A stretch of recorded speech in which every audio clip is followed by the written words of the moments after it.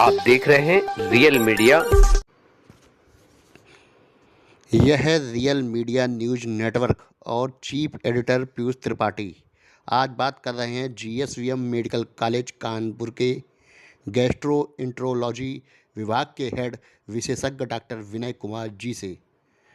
साथ में हैं दीपक दीक्षित और डॉक्टर अभिषेक द्विवेदी जी। डॉक्टर साहब, इस वक्त क्या मरीजों में जो पेट से मल द्वार के रास्ते ब्लीडिंग की जो समस्या आती है उसको क्या समझा जा रहा है? बड़े मरीज बढ़ रहे हैं इस वक्त। देखिए, खासकर अगर बड़ी एज का बात करें तो हम 40 साल के ऊपर अगर ऐसा हो रहा है कि लैट्रिन के रास्ते ब्लड आ रहा है तो ये सिर्फ बवासीर नहीं हो सकता। इसको आप सिर्फ बवासीर बिना जांच के बवासीर का इलाज नहीं कर सकते। आप इसको बवासीर ऐसा होता है कि आप उसको मरीज़ से बात करके डॉक्टर अगर बात करेगा तो कई बार आप बात करने के बाद या फिर जांच करने के बाद में सिंपल सा एक पर रेक्टल एग्जामिनेशन होता है, उससे पता कर सकते हैं बवासीर है या कुछ और है।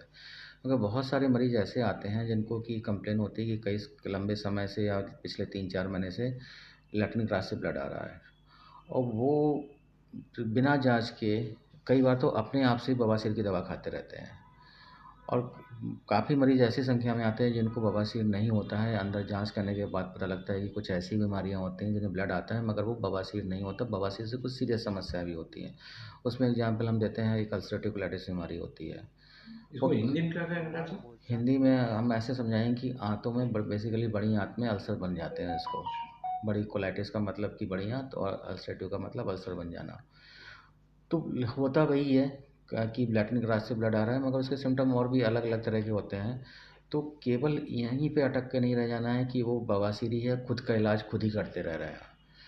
कैंसर भी निकल के आ जाता है कभी कभी। 3-4 महीने से ब्लड आया, खासकर इंसिड की ज़्यादा है, वो भी अपना इलाज खुद ही कर रहे हैं। जांच करी, कोलोनोस्कोपी की जांच करी या कोई सिग्मोइडोस्कोपी की जांच करी।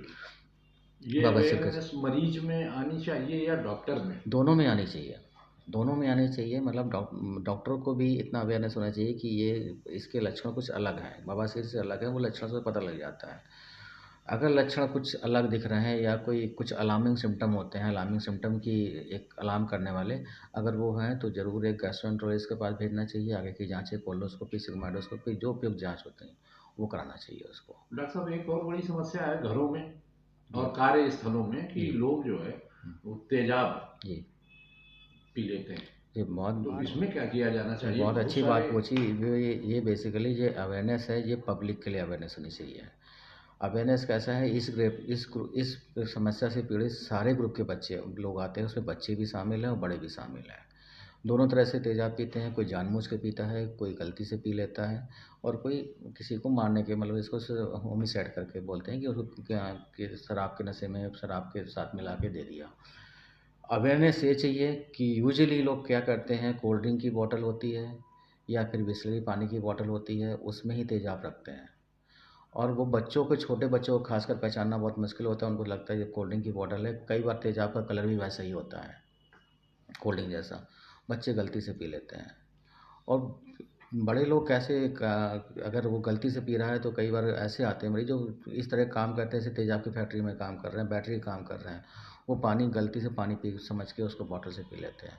तो अवेयरनेस ये होनी चाहिए, बच्चों की पहुंच से तेज़ाब हमेशा बहुत दूर रखना चाहिए। मतलब उनको पता ही नहीं होना चाहिए कि ये बॉटल में कुछ रखा हुआ है।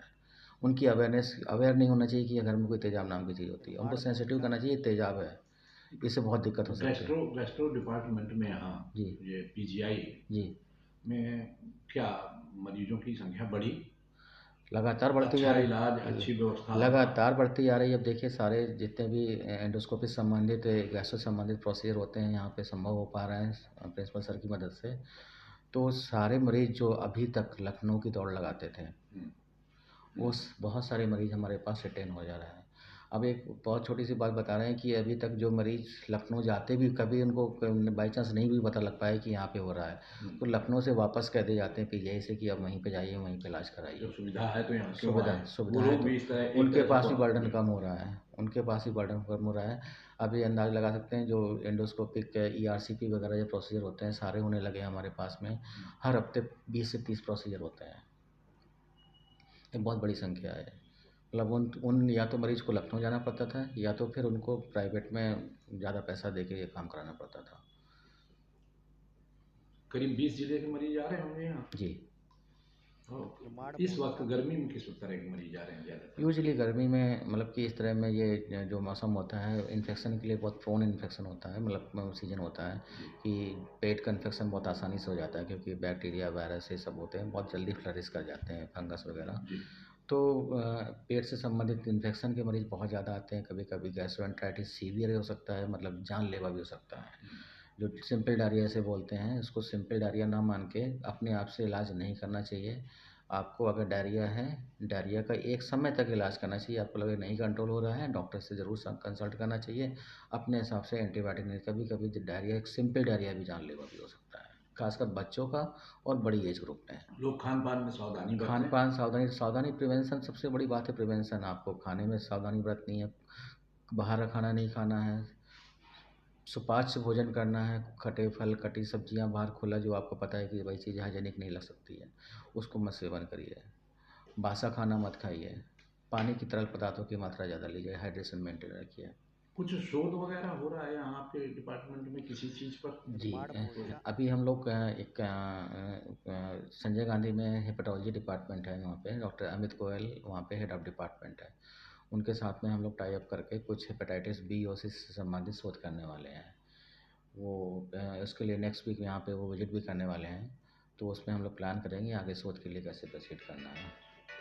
और बाकी शोध और भी चल रहे हैं, जैसे अल्सरेटिव कोलाइटिस हुए, मेटाबॉलिक सिंड्रोम हुआ, फैटी लिवर डिजीज़ पे शोध चल रहे हैं अभी भी हमारे यहाँ। उसके रिजल्ट आएंगे फिर जब रिजल्ट फाइनल आए। होगा वो जी जी प्रयोग चल रहा है। जी। धन्यवाद डॉक्टर साहब।